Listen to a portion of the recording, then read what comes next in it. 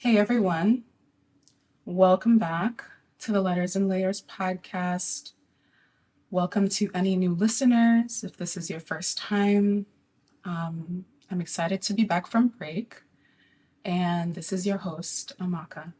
It is Thursday, July 1st, when I am recording, a day before publishing. So I try not to do this, but this is just kind of how things worked out. I'm sure I will be fine with editing and posting, at least I hope. What have I been up to? Since my last episode on June 15th, which I hope you were able to listen to, it was a short one, but I enjoyed recording that. I have since gone to Lisbon, Portugal, and come back. I've since celebrated my birthday here in Chicago, and really, I just wanted to take some time from just my day to day podcasting, work. I took 2 weeks off from work and I'm back in full swing. And here we are. We're back with the podcast. I had plans for this episode, honestly, since June. I finished Dream Count by Chimamanda Ngozi Adichie and I wanted to talk about it. I even wrote notes in my phone and was just ready. I'm ready to talk about those characters and their stories. But I heard about Tracee Ellis Ross's new show, Solo Traveling with Tracee Ellis Ross, on the Roku channel. I'm a big admirer of hers. I just love her fashion sense, her approach at life, just being unapologetically herself and embracing herself and making her life what she wants it to be. Um, so I was really excited when I heard that the show was coming out, and just coming off of my own solo trip to Lisbon, I was like, this is really perfect timing. I ultimately decided to push my conversation around dream counts to the next episode, which should be a two-parter. I think I'm going to do it in two parts.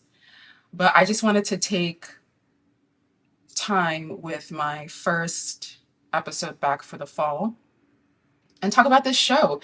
It was so good. My only critique was that there were only 3 episodes. My only critique was that it's only 3 episodes. And the second and third episode aren't even that long. They're about a half hour, which, okay. But I really enjoyed them. Honestly, that's ultimately everything I'm saying. I watched all 3, obviously. The first one is the episode where she goes to Marrakesh, Morocco. And then episode 2, she goes to Cancun, Mexico. Episode 3, she goes to Marbella. Is it Marbella? In Spain. So I resonated with so much that she talked about, and I was really taken aback by just how honest she was in these episodes, because her public persona is one where there are just certain things you associate with Tracee Ellis Ross. You associate a successful, long career in acting. I mean, I have been a fan of Girlfriends since adolescence, even though I probably shouldn't have been watching it then, but I loved it. It was literally one of my favorite shows. And, just read between the lines. Who remembers that show? Where she was playing, and I believe she played that opposite Malcolm Jamal Warner, rest in peace. Blackish. Honestly, I can't think of everything she's done. When I lived in New York, I went to a screening of a movie that she was in a couple years ago called Cold Copy. She was also great in that.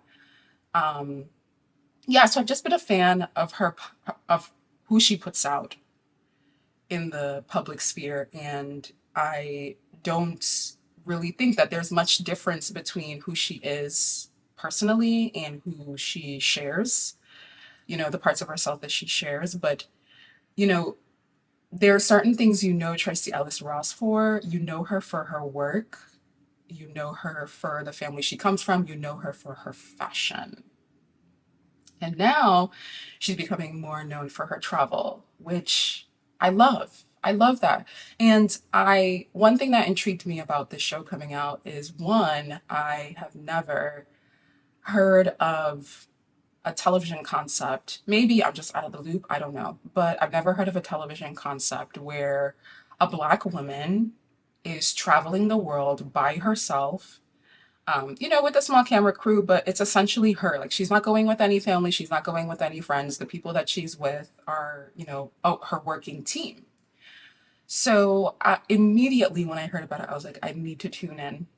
And I was like, oh, the Roku channel, that's interesting. I don't think I've ever watched anything on that streaming platform. And I'm sure I'm not the only one, um, because I had signed in, I have logged in or whatever to the website for the first time ever. And Tracee posted, I think yesterday, that it was the number one show on the streaming platform, which I'm so happy for her with that. Is well deserved. So I'm sure there were a lot of people who were being introduced to the Roku channel streaming platform for the first time because of her. And I just, there were moments where I felt like, Tracee, like, I almost feel like I shouldn't know this. Like, I almost feel like you're being too honest. But I appreciated it nonetheless. Like, I don't think I would have changed anything with how the show was produced. Only thing is that we need more episodes, literally. That's all that it is. Um, but yeah, just coming off of the heels of my own trip, just a little bit of detail. So I went the week before my birthday. I left for Lisbon on July 10th, came back on the 14th. So it wasn't that long of a trip, but I've been to Lisbon twice before. I went actually this past January with my friend and some of her family. And then I went January 2024 with my same friend, my sister, and another acquaintance who is a close friend of my close friend. So we, I've been there with people and I've been there on my own now. And I didn't really feel the need to be there too long because I'm already familiar, but because I wanted to kind of be at home base for my birthday, I wanted to be in Chicago for my birthday. I still wanted to travel, so I was like, I'm just going to do it a week prior. And I appreciate that there's an airline, TAP Portugal, that flies directly from Chicago to Lisbon. So it was like an 8-hour flight, maybe a little less going there. I left around 6 p.m. Central Time, got there a little before 8. And I kind of roamed the city for a little bit because I couldn't check in right away. I was supposed to check in by 4. I checked in closer to 2. Um, but before then, I stowed my luggage away at like a storage locker because they have those all over the city since it is, becoming more of a tourist attraction. And yeah, I was just walking around, remembering places that I had been before, um, seeing new places. I explored this library that I had never been to, and that was great because I was able to kind of sit down for a second, charge my devices, do some reading, be a little bit cool because, I was able to get a nice breeze from the window that was in front of me at the desk I was sitting, and just kind of take in the experience that is solo travel that I'm in that moment. And that's not the first solo trip that I've been on. I think, I don't know if, I'm pretty sure I've mentioned it on the podcast before that I've been on some other solo trips. I went to my first solo trip was Panama. I've been there twice by myself. My first trip was March 2016. And my second solo trip to Panama was last year for my birthday. I actually went there. Um, I was in Panama City and Bocas del Toro, which was lovely. And then I went to Amsterdam, Netherlands, January 2020, so before COVID locked the whole world down. So yeah, Panama twice, Amsterdam, January 2020, and now Lisbon earlier this month. So I've been on 4 solo trips. And a lot of what Tracee said on her show is so true. The fact that it's great to travel with people, especially friends, family, whoever, or if it's a group trip where you guys just vibe and there aren't any like conflicts or any like major conflicts or fights or disagreements. If you guys are all on the same wavelength and for the most part can agree to the itinerary for the trip, it just makes it that much better. But there is a freedom and flexibility that you are afforded when you travel on your own. And you don't have to consider the feelings or the opinions or, the sentiments of other folks who might be on the trip with you. If you literally just want to change your environment, some people might think this is crazy, but I could travel to another state or another country um, just to walk around. That's what I did for this solo trip to Lisbon mostly. I was literally just walking around, just getting reacquainted with some places that I had been to already, exploring some new places. In addition to Lisbon, this time around, I went to Cascais, which is 45 minutes west of Lisbon. So I took what is the equivalent of the Amtrak of the United States. So yeah, I went to Cascais, and this was kind of a spur of the moment decision for me because I had initially planned to spend my entire time in Lisbon. I was there for day one, there for day two, and then I was online and started watching a couple of videos about Cascais, and I was like, you know what? It's not even that hard to get there. The public transportation system in Lisbon is very easy to navigate. Let me just go. You know, if I had gone with a group of people and maybe we already had an itinerary set that did not include Cascais, it probably would have been, not that it would have been impossible, depending on the personalities that you're around, maybe they would have been open to kind of just changing the plans. But because it was just me, and because I just decided the night before that I was going to go to Cascais, there's no issue. And that's something that Tracee talked about in the show. Like, you can literally do whatever you want. You can travel for any reason. You can travel literally to just walk around in another city or state or country. You can travel for food. I don't know if I've ever told I don't know if I've ever told this story on the podcast, but a few years back, when my husband was in med school, he was in Florida for a rotation, so I went to go visit him.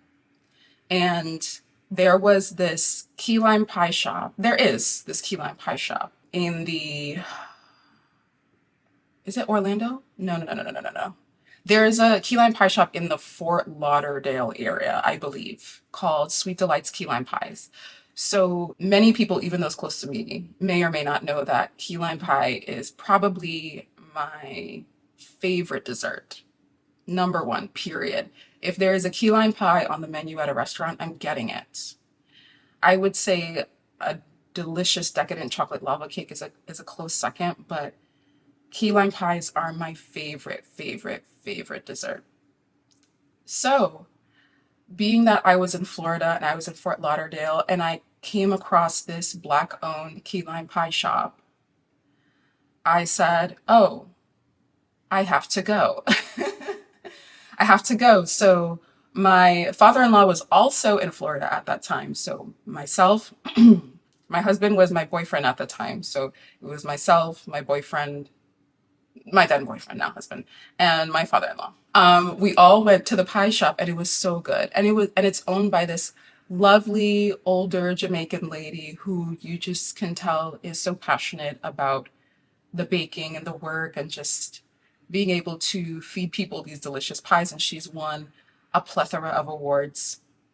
So I randomly, a couple of years later, I was planning a trip to Texas to visit my family, and I decided I was going to add a pit stop to my trip. So I don't remember. I think maybe I was living in Philly at the time.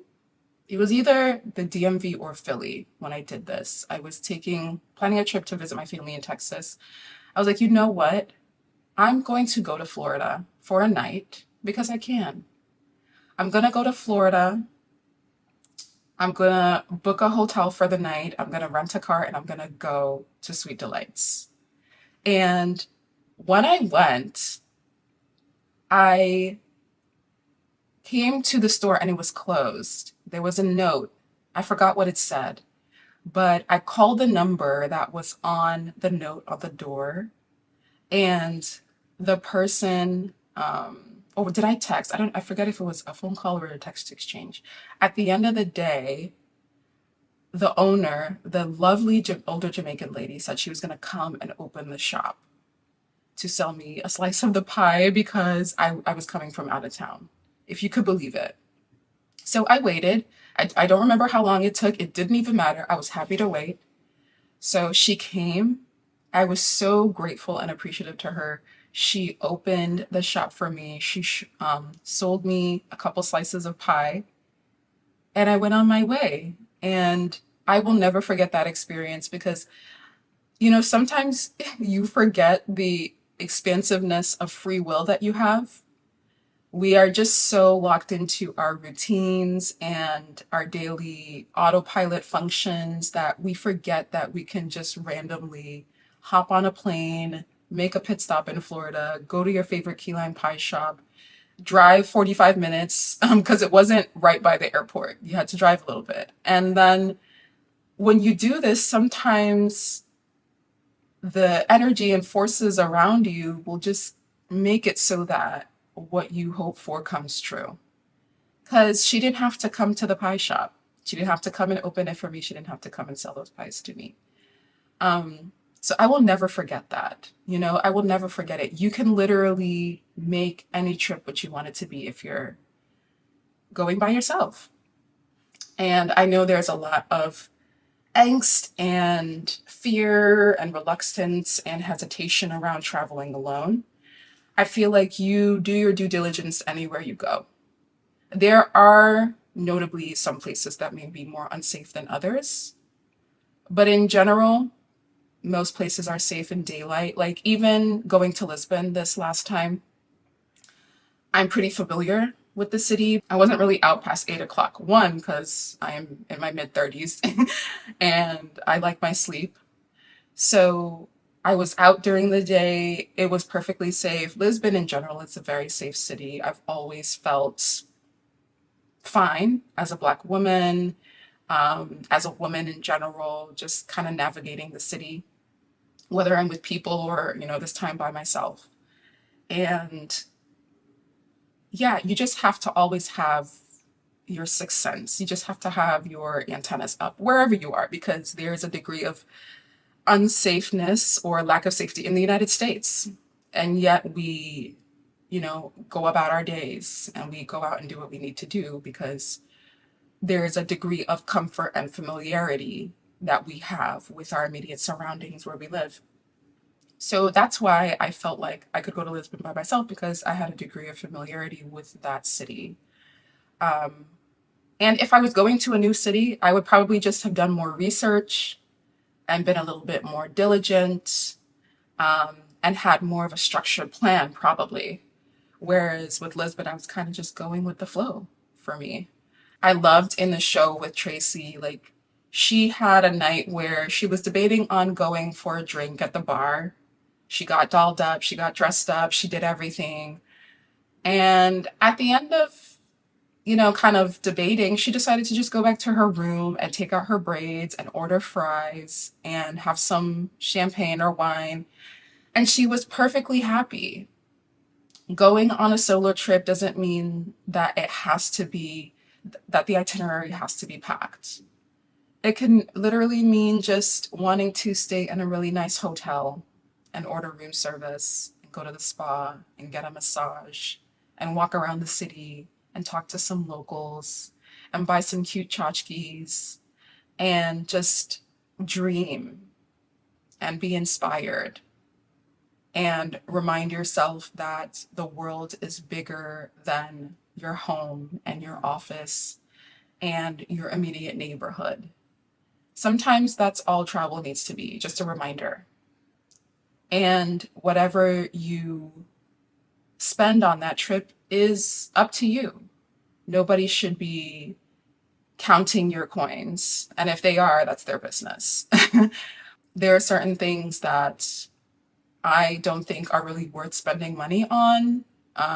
But I will spend a pretty penny on travel. I will, because I can. And I also see that Tracee didn't spare any expense for her level of comfort, for her peace, for her tranquility, for making sure that she was happy to whatever level she could control the controllables. Because if you watched Mexico and you watched Spain, you know what happened, which I'm going to talk about. So I love her travel philosophies. I love her approach to travel. It just kind of validated my reasons for taking trips by myself sometimes, because you get older and you are still connected with friends and family, but schedules don't always coincide. Are you going to let life pass you by because people can't go with you on this trip to this place where you want to explore? If you do your due diligence and you do the right research, you can go almost anywhere by yourself and you can be okay and you can have a great time. So, yeah, moving on to Mexico. If you watched the episode, you know that it rained for most of her trip, which was definitely a bummer, but she still had a great time. She still got time to swim and enjoy the pool and, feel cute in her bathing suits. She had a tennis lesson with an instructor, which she really enjoyed. She ordered tacos to her heart's content. She worked, which is something I was happy to see, honestly, because I feel like I keep coming back to this. Sometimes you just need a change of environment. And for me, I work from home remotely, so I could definitely see myself every once in a while just wanting to change where I'm working. Maybe I kind of want to just be away from my office for a little bit, reorient myself in a new space. And maybe that's going to a coffee shop. Maybe it's not something that's overnight, but it's definitely not outside of my realm of possibility to literally like just check into a really nice hotel and work there for a couple of days. I haven't done it, but I know that's something that I would do. Because for me, it would make the workday go easier. I am maybe taking advantage of the amenities. I'm maybe getting a massage or going to the spa or getting a good workout. Taking advantage of like the other wellness options that the hotel might provide. Maybe it's in another city that I'm not too familiar with, and I just explore and just have a good time. And with the change in my surroundings, I'm able to kind of use that new energy I've stirred up and do better work, possibly. So I loved seeing her just sitting by the pool, working on some retouches of some of her pictures, because if you have the privilege and luxury, honestly, to work anywhere, why not switch it up every once in a while? Why not, if you have the means, work somewhere different? Maybe it's not a full on trip. Maybe it's like going to a coffee shop or going to the library if you're doing work that doesn't involve like speaking. I think that's something that can really break you out of your monotony and just like regular routine and pattern and just make the day feel a little bit less dull and more interesting and just, lift your mood. So I loved seeing that.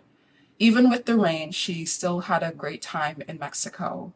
And then Spain, she got food poisoning after having a pretty challenging travel day, because I think there was an issue with her layover. So she stayed at her layover for longer than intended. And when she finally got to her hotel, after waiting a couple hours for her luggage, she had some food and she was not feeling well. And she was in bed for a couple of days. I think the first night she was there, she didn't, or the first day she was there, she didn't even film. And then she started to film some snippets on day 2 and started to kind of share how she was feeling and what happened. And it wasn't until like the last 1 or 2 days of her trip that she felt well enough to go out and explore the part of Spain that she was in. And I really appreciated that. Honestly, Tracee just kind of showed everything. She showed being sick. She showed, being bummed about Mexico and it raining. She showed moments where she was kind of wading through feelings of grief and joy and exuberance and loneliness, and just reminded me how complicated we are as human beings. Even if we're in a place where we feel like we should be happy, there is room to hold so much more layered emotions. She was happy about where she was in the moment, but she also was open about grieving a life that, or another path that her life had not taken, with not being in a relationship and not having children, but also loving the life path that she's on right now. And there was a moment in one of the episodes where she was wading through some feelings around thinking about someone who she perhaps would have liked to maybe experience some of this with. So I was like, oh, Tracee, like, thank you for being so open, but you really don't have to be. So it was those moments that just really made me admire her even more as someone who honestly I look up to in certain ways, like just with the longevity of her career and the way she's approached kind of keeping her private life close, but still sharing so much of her talent, of her fashion, of her, how she sees life, sharing it with us. So back to Spain. Yeah, she was not well for a few days. And I think the last 1 or 2 days, she was able to go out, have a meal, talk to people. In Morocco, she spoke to a couple who had met for the first time in Marrakesh and 15 years later had bought a property there. And I don't know if they were planning on moving there permanently, but she was able to speak to them. She met other solo travelers in Marrakesh in Spain. Um, she talked to a group of women in Spain who were intrigued by what was going on because, she's being followed by cameras. And she told them what she was doing, and they were so excited about it. I think one of the women said that this would be something she would want to share with her daughter to, show her that there are women out here that are enjoying themselves and are not waiting for anybody. So I say all this to say, watch the show. Solo Traveling with Tracee Ellis Ross on the Roku channel. I really hope they don't wait too long to start filming again and sharing more spaces and places with us that Tracee goes to, because I want more. I want more.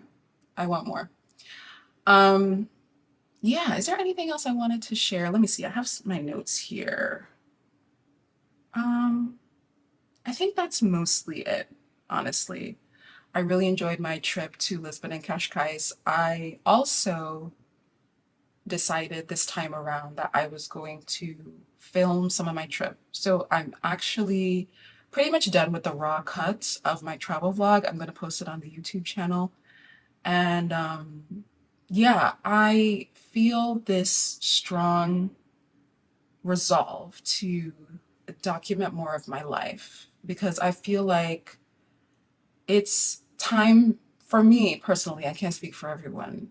It's just going so much faster the older I get. And I feel like I have a hard time sometimes just grasping, like just holding on to the pace of my life. So that's why I wanted to give filming my podcast a try again. That's why, I filmed some of my trip in Portugal. I filmed some of my birthday because I want to be able to look back at these moments. I might not be able to remember everything, but I want to be able to have something to remind myself of some of these amazing moments that have happened and, kind of just remind me that there are more amazing moments to come. Because if these have happened, then there are more to come too.